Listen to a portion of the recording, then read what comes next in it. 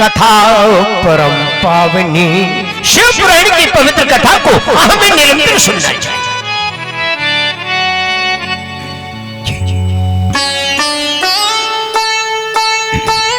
इसे सुनकर के सभी लोग पवित्र हो जाते हैं। कथा के मुख्य यजमान श्री शौनक जी ने खड़े होकर के प्रश्न किया, महाराज बुरा न माने तो एक बात कहूं। सूत जी से कहा क्या? बोले एक बात बताने की कृपा करो, इसे सुनकर के कौन कौन लोग पवित्र हो जाते हैं? के विशुद्धियंती अनिया कथिया पापिनः कलौ बदितान कृपया सूतेंगे कृतार्थ भुवनम कुरु। ये मत पूछिए कौन लोग पवित्र हो जाते हैं, सच तो ये है कि शिव पुराण की कथा को सुनने से कौन पवित्र नहीं। ये मानवा पाप कृतो दुराचारी रता खला,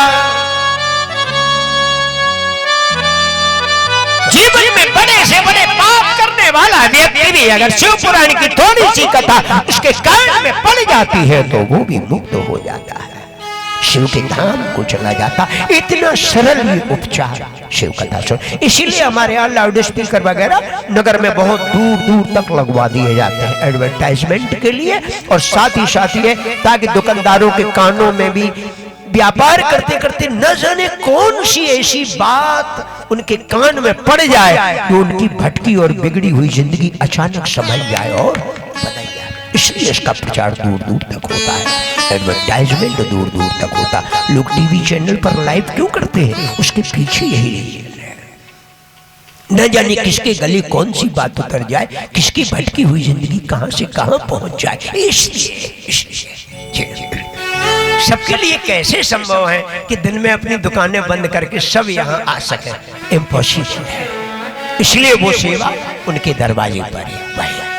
स्लो साउंड चल रहा है, आराम से उनकी दुकानदारी भी चल रही है और कथा भी उनके कान में पड़ रही है। बैठे बैठे कथा का आनंद भी ले रहे हैं, जीवन धन्य हो रहा है।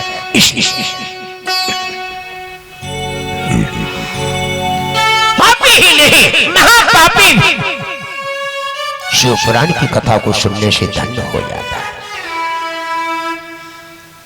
पाप तो हमने सुने हैं, ये महापाप क्या है? जी महापाप 5 हैं, 5। डायरी अगर लाए हो तो नोट कर लो, न लाए हो तो याद कर लो। चोरी करना, जुआ खेलना, जी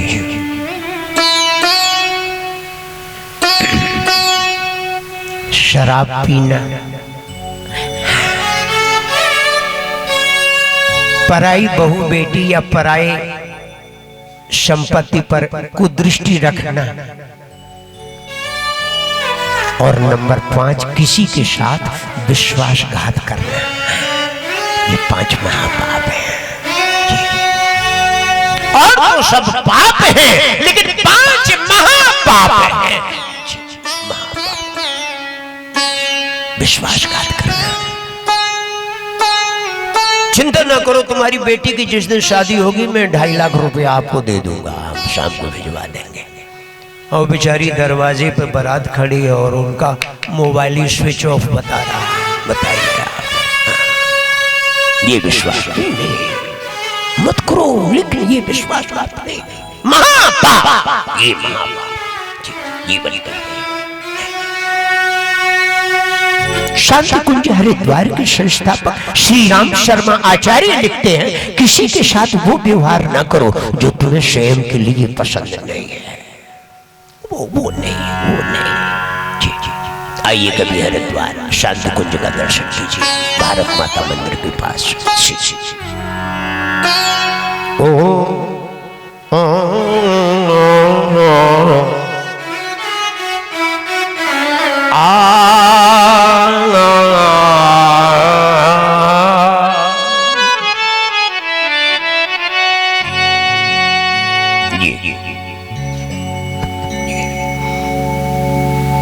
ऐसा कोई उदाहरण सूत जी महाराज, आपकी नजर में जिसने जीवन में ये 5 महापाप किए हो और शिवपुराण की कथा सुनने से उसका उद्धार हो गया हो, आई वॉन्ट टू नो, मैं आपसे ये बात सुनना चाहता हूँ। प्लीज टेल मी, आप हमें बताने की कृपा करें, कष्ट किसी बताइए।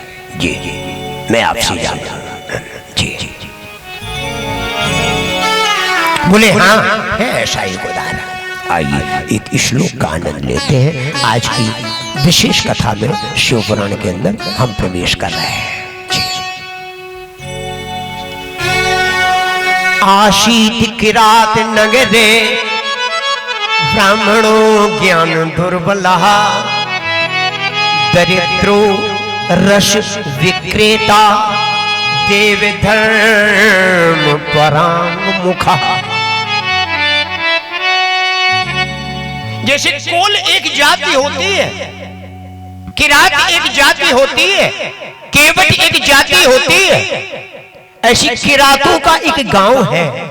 ये आशीत किरात नगरे है, किरातों का एक नगर है, उसमें रहते तो सब किरात जाति के ही।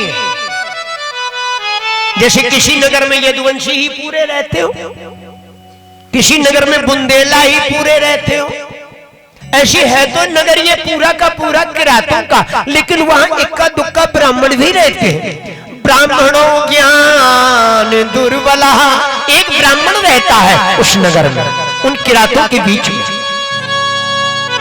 है जरूर ब्राह्मण, लेकिन ज्ञान दुर्बला, ज्ञान में बड़ा दुर्बल है, बड़ा कमजोर है। जी,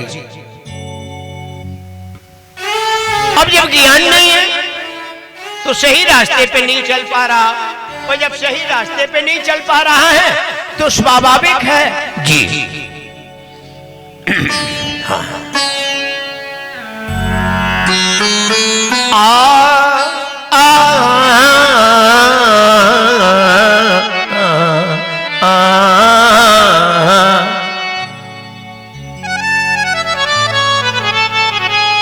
दरिद्रो रस विक्रेता, दरिद्र है, रस विक्रेता, रसों का व्यापार करता है,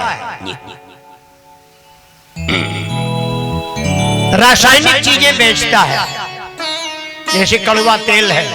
जी, देव धर्म परांग मुखा, न किसी देवता से उसे प्यार है, न किसी धर्म से उसकी जिंदगी जुड़ी है, इनसे वो बहिर्मुख है, वो नहीं जानता धर्म क्या चीज होती है। अच्छा महाराज जी, नाम उसका क्या था?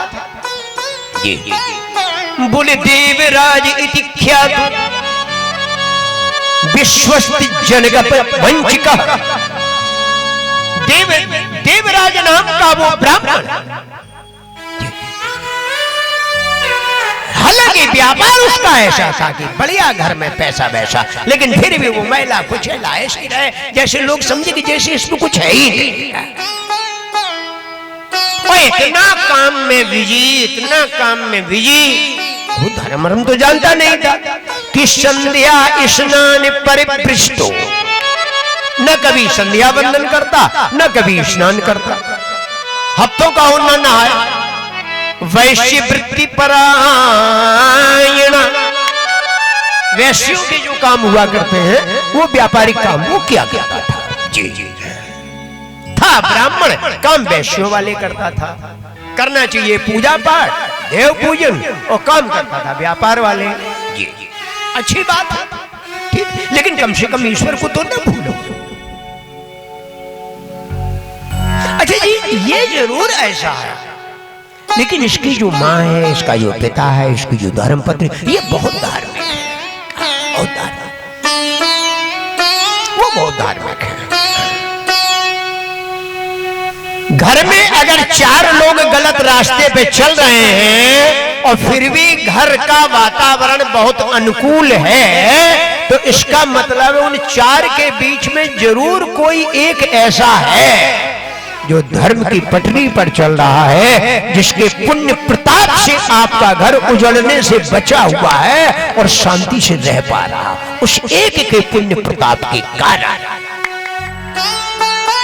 जब तक भी विभीषण लंका में रहा, रावण का कोई बाल बांका नहीं कर सका।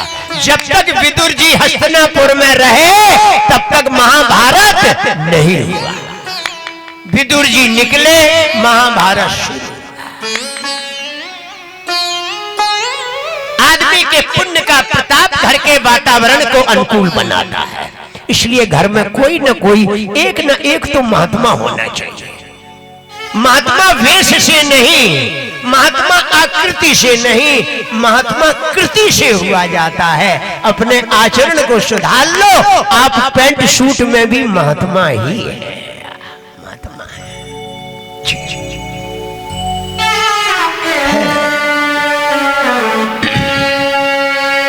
तो इस के परिवार के माता पिता और धर्म पत्नी ये सब धार्मिक, लेकिन ये तो कुछ नहीं।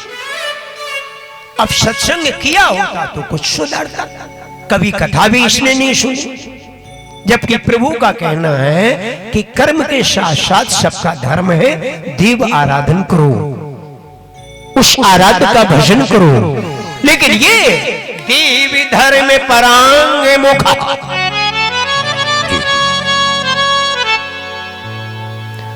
जब इंसान की जिंदगी धर्म की पटरी से उतर जाती है तो उस इंसान का पतन होते देर नहीं लगती है। अब ये धर्म की पटरी से उतरी हुई इसकी जिंदगी थी। महीनों नहाना नहीं, धोना नहीं, पूजा पाठ नहीं, किसी देवता के सामने माथा टेकना नहीं, कोई व्रत नहीं, कुछ नहीं। धर्म की पटरी से भटकी हुई जिंदगी, पतन अवश्य भावी है। और वही इसके साथ हुआ। एक दिन ये शेर पर रस का घड़ा रखे हुए बेचने के लिए जा रहा था। ऐसी तालाब था, तालाब के किनारे किनारे से दूसरे गांव के लिए रास्ता था, वो उसी किनारे से होते हुए निकला तो तालाब में कुछ लोग नहा रहे थे। तालाब तो सार्वजनिक संपत्ति है, उसमें नहाने धोने का अधिकार तो सभी को है। नदियां तो कभी नहीं कहती हैं कि नहीं तुम दलित हो, तुम मुझ में न नहाओ, तुम पंडित जी हो, तुम डुबकी लगाओ। ऐसा नदियां तो कभी नहीं कहती, नहीं कभी नहीं। तो सबको पवित्र करती है गंगा, सबको पावन बनाती है, सबको।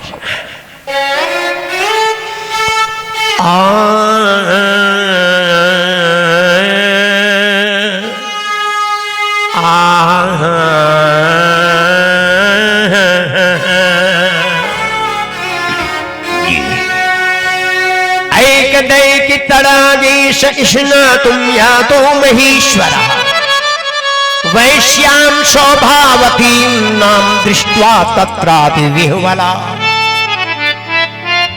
एक दिन ये तालाब के किनारे किनारे दूसरे गांव में जा रहा था और उसने तालाब में स्नान करते हुए एक वेश्या को देख लिया, तवाइफ को। नाम उसका था शोभावती। वो नहा रही थी। भाई तालाब में तो सभी नहाते हैं।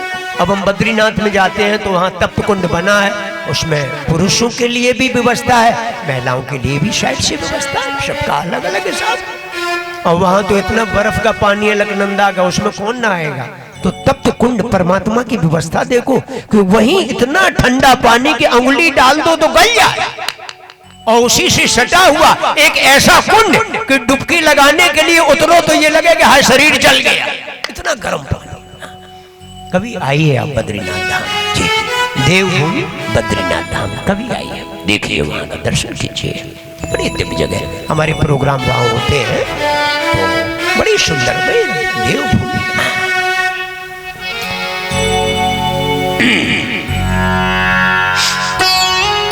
करो तीरथ जवानी में बुढ़ापा किसने देखा है। शेर कर दुनिया की गाफिल जिंदगानी फिर कहां, और जिंदगानी कर रही तो नौजवानी फिर कहां। अभी वक्त है, पैसे का सदुपयोग कर लो। उर्दू का मशहूर शायर इकबाल हमें यही सिखाता है, यही सिखाता है। ये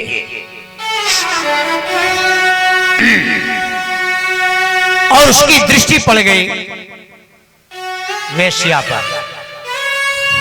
मेरे भैया एक बात बताऊं मैं, ध्यान से सुनना। काम आंख के रास्ते से जितनी जल्दी इंसान के अंदर एंट्री करता है, प्रवेश करता है, उतनी जल्दी किसी दूसरी इंद्री के रास्ते से। इसीलिए कृष्ण भक्त सूरदास ने अपनी आंखों को फोड़ लिया था कि जिन आंखों से उसे देखा जा सकता है वो आंखें ये नहीं है, वो कोई और है। कौन? उघरहि विमल विलोचन हिय के,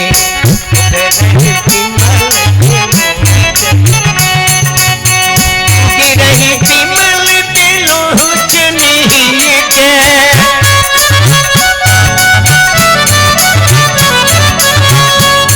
दोष दुख भव रजनी के, दोष दुख भव रजनी के, भव रजनी के, भव रजनी के, भव रजनी के। अगर ऐसा न होता, अगर दिव्य दृष्टि नाम की कोई चीज न होती तो अंतरराष्ट्रीय कथावाचक स्वामी रामभद्राचार्य जी महाराज आज दुनिया के कोने कोने में ये दिव्य ज्ञान का उपदेश न देते होते। जो बाहर की आंखों के न होने के बावजूद भी बता देते इस ग्रंथ में इस पृष्ठ पर श्लोक संख्या ये है, आप देखिए।